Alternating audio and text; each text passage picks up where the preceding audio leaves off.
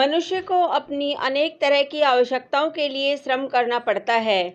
श्रम के उपरांत थकान होना स्वाभाविक है। इसके अलावा जीवन संघर्ष और चिंताओं से परेशान होने पर वह इन्हें भूलना चाहता है और इनसे मुक्ति पाने का उपाय खोजता है और वह मनोरंजन का सहारा लेता है। मनोरंजन से थके हुए मन मस्तिष्क को सहारा मिलता है, एक नई स्फूर्ति मिलती है और कुछ पल के लिए व्यक्ति थकान एवं चिंता को भूल जाता है।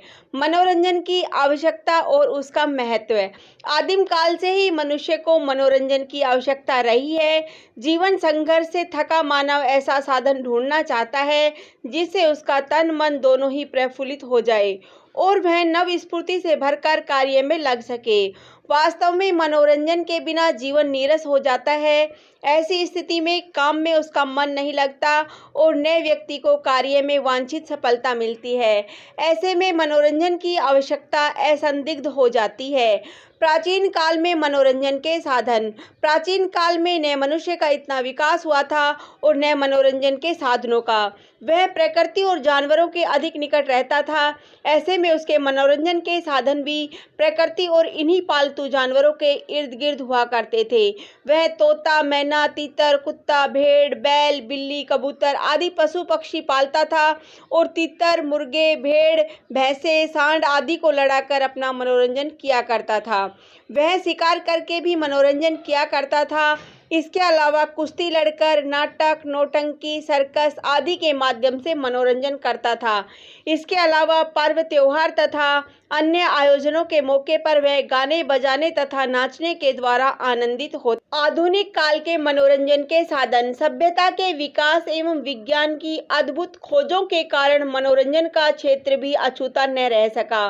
प्राचीन काल की नौटंकी, नाच गान की अन्य विधाओं का उत्कृष्ट रूप हमारे सामने आया।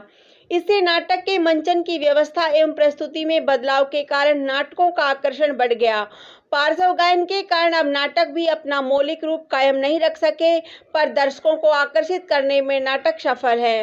लोग थिएटरों में इनसे भरपूर मनोरंजन करते हैं। सिनेमा आधुनिक काल का सर्वाधिक सशक्त और लोकप्रिय मनोरंजन का साधन है। यह हर आयु वर्ग के लोगों की पहली पसंद है।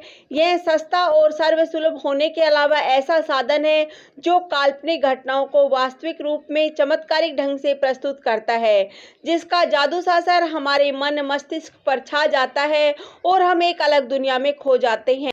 इस पर दिखाई जाने वाली फिल्में हमें कल्पना लोक में ले जाती है। रेडियो और टेलीविज़न भी वर्तमान युग के मनोरंजन के लोकप्रिय साधन हैं। रेडियो पर गीत संगीत, कहानी, चुटकुले, वार्ता आदि सुनकर लोग अपना मनोरंजन करते हैं तो टेलीविज़न पर दुनिया को किसी कोने की घटनाएं एवं ताज़े समाचार मनोरंजन के अलावा ज्ञानवर्धन भी करते हैं। तरह तरह के धारावाहिक, फिल्में, कार्टून, खेल आदि देखकर लोग अपने दिन भर की थकान भूल जाते हैं।